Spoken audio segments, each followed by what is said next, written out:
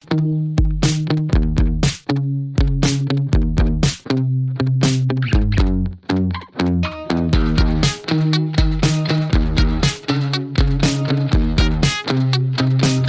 is the Andres Segovia Show.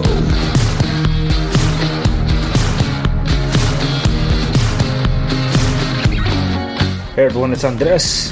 Happy Friday to you all. And on this Friday, I'm a little late to this news, but it was picked up by Pocket Now and they linked to the original article, and here it is. I wanted to share this update that I came across with you all regarding the first update in months regarding anything related to the 2021 BlackBerry 5G flagship device. That's literally all we have to go on. It sounds like a drawing board or like some kind of goal setter, but whatever. This is an article that we got from, I don't know if it's Nikkei or Nikkei or Nikki or whatever, Asia, but this is an article that came out February 11th, so this is February 12th when I'm reading it. And this is Foxconn and US startup work on BlackBerry's return to Asia.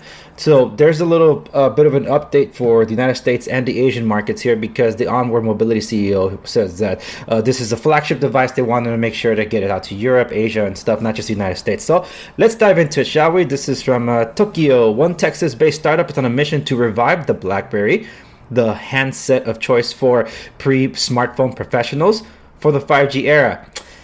Pre-smartphone professionals? I don't know. I don't like... Whatever, they're really like, it sounds insulting to those that like a physical keyboard. Anyway, Onward Mobility is developing the new keyboard-equipped handset with Taiwan's Foxconn, also known as Honghai Precision Industry Group, with plans to release them in North America and Europe within this year. But Asia is also a very important market. CEO and founder Peter Franklin told Nikkei. I hope I pronounced that right.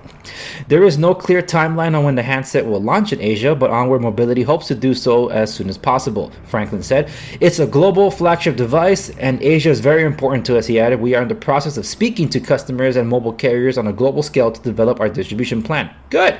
More details will be announced within the next few months, Franklin added, because of course. A serial entrepreneur, Franklin founded Onward Mobility in 2019. He has previously worked for Microsoft and online game company Zynga. The BlackBerry was originally developed by a Canadian company the same name. Yeah. Okay, so that's Franklin, Peter Franklin, founder and CEO of Onward Mobility. Okay, looks young and full of spirit. Hopefully, he's the right guy to bring BlackBerry to the masses. All right, so talk about the BlackBerry plummeted, blah blah blah. Attempts to revive it with TCL. Yeah. Onward Mobility is hoping for better luck through its partnership with FIH Mobile, Foxconn's Android phone making arm. They are jointly developing a new model to be sold under the BlackBerry brand, featuring the signature keyboard as well as top-of-the-line camera and 5G connectivity. Okay, so right there, they're basically saying we got to compete against the likes of the Samsungs, against the iPhone Pro Maxes, against the Pixels, even though the Pixel is basically the same sensor, just increased software over the years, and the Huawei P series. So I'm assuming that's what they realize, that's their competition, because those are the top of the line cameras when anybody thinks cameras out there. Maybe some Sonys. Okay, when it comes to 5G connectivity, this is where it gets a little tricky, since it's not exactly a unified rollout globally, especially with certain carriers facing government blockades in certain places like the UK. When it comes to Huawei, yes, you can, no, you can't. Verizon here in the United States doing millimeter wave, and I think there's a different kind of 5G frequency also employed and deployed by the likes of AT&T and T-Mobile, so it almost seems like it's a GSM versus CDMA again. So I'm not all up into the whole 5G thing, but I'm assuming that's going to make things a lot more complicated, and that's my concern for why I fear this phone is going to be hyper expensive. And I'm hoping that Onward Mobility does have a solution for those that don't need all of that. Now, I've said before that BlackBerry needs to come out with a flagship device. I'm just concerned that they're trying to make a 5G device too soon.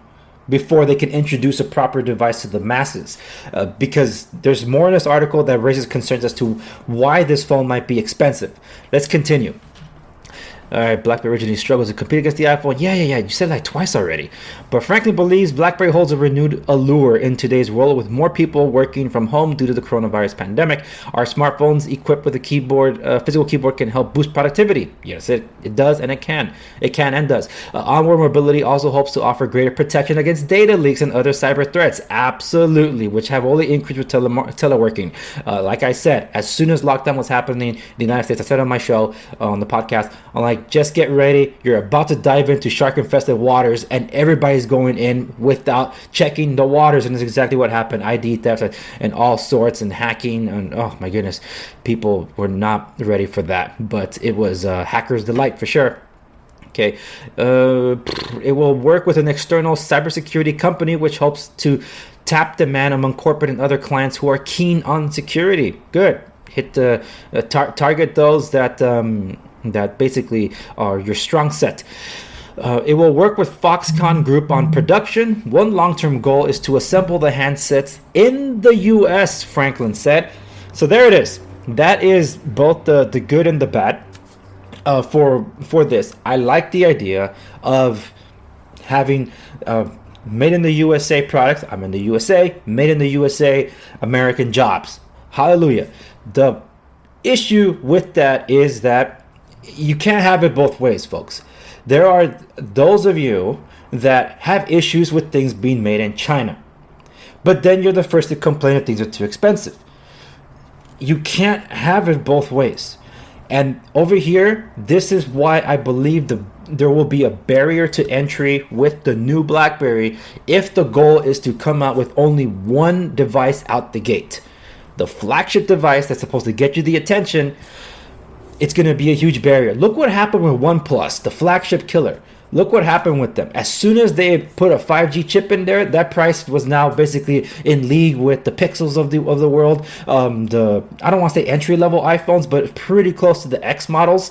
So it got more expensive because of 5G alone. And with this, unless there's great economies of scale, which I doubt that Onward Mobility has the resources and negotiating power to do so, I can't really see this thing costing any less than $1,000, and that's my concern. $1,000 for a QWERTY keyboard device that is already a niche market, and 5G, which isn't really deployed in many places, but is being like a strong suit of it to future-proof the device. Well, great, but will that come at the expense of having even customers for you to pay for the future of that company if they don't flock to it? That's why I'm like, are you going to have a non-5G device to lower the barrier of entry? Because it is a concern, especially nowadays where look at the devices that have moved. A lot of these big players lost a lot of I don't want to say market share, but they lost a lot of money in not being able to move their expensive products because the pandemic affected everybody's pockets. So we'll see. Onward Mobility faces an uphill battle as a handful of players increasingly dominate the global smartphone market. Of the 1.29 billion smartphones shipped globally in 2020, 20.6% came from Samsung Electronics, 15.9% from Apple, according to the US-based International Data Corps. For BlackBerry to succeed, Onward Mobility will need to cultivate new sales channels, increase competition from Chinese players like Xiaomi, who have succeeded in releasing high-performance handsets for cheap, will pose a challenge as well. Absolutely. It's particularly the markets that BlackBerry is hoping to make a splash, like Europe and Asia. That is a big barrier right there. High competition. They didn't even mention Huawei here, but then Huawei is expensive too. So anyway, what do y'all think? Do you think that this device is going to be hyper expensive? And if it has everything, will you make the gamble and jump on board with BlackBerry with Onward Mobility and its first go-ahead that might feel a lot like a first-gen product that brings its own problems? Look what happened with Microsoft. I took my chances with it. And it wasn't until this week that we finally got an update after like 2 months of silence. It took Windows Central to call out Microsoft literally to have Microsoft push out an update, and now they do a price cut at the same time they're starting a global rollout, well, Europe rollout, so to speak.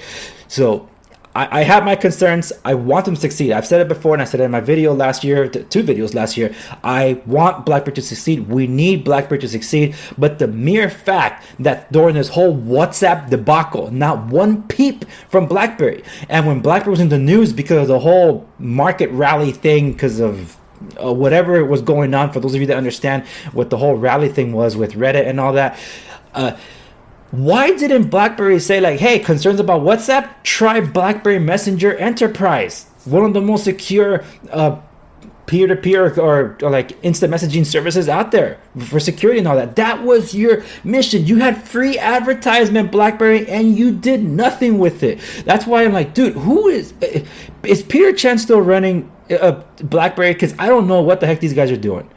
It's like they don't realize who's the one that tried to make them succeed and alienate those that helped them try to succeed and are only tailoring to government and healthcare industries. What about those that have craved for your devices and that continuously work to try to maintain the longevity of these devices?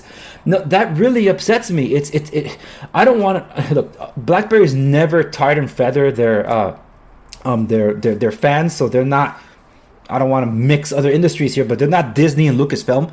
They don't hate their fans, but it feels like BlackBerry is ignoring their fans by not giving them the attention they deserve.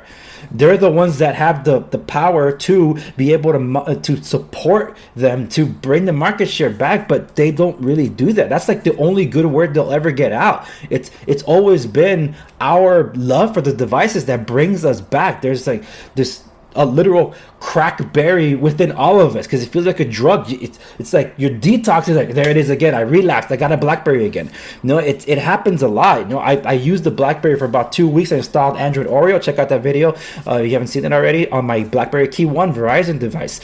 And that got people talking again, because I gave longevity to an aging device that was neglected by BlackBerry Limited and TCL. So I hope that BlackBerry 3.0, whatever the heck this is now, succeeds. But if they're going to have that big of an entry barrier, which is a concern, I haven't heard anything about a secondary device in the works. It's just flagship product, 5G, world-class first top line, whatever cameras. Yeah, that screams like a $1,000, $1,500 phone or whatever it is. It really sounds expensive, especially if it's going to be built in the United States. Anyone that works in industries here know just how expensive it is to build local. And I'm not against building local. It's just that people are not going to go out to buy it. So it's like, dude, you're damned if you do, damned if you don't. So unless they really are able to negotiate